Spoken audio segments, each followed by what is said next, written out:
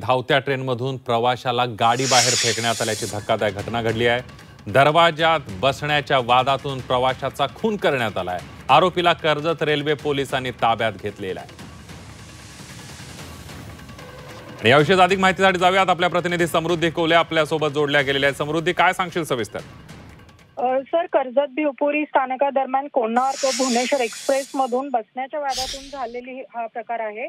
ह्या सर्व भानगडीतून राग टोकाला जाऊन एका प्रवाशाने थेट समोरील प्रवाशाला लाथ मारून एक्सप्रेसच्या बाहेर फेकल्याची घटना घडलेली आहे। या जो प्रवासी होता त्याचा उपचारादरम्यान मृत्यू झाल्याची घटना समोर आलेली आहे। रेल्वे पोलीस जे आहेत ते पुढील तपास करत आहेत। सदरच्या आरोपीला ठाणे रेल्वे स्टेशनवरून ताब्यात घेतल्याची प्राथमिक माहिती समोर आली आहे। अगदी समृद्धी, धन्यवाद दिलेल्या सविस्तर माहितीबद्दल।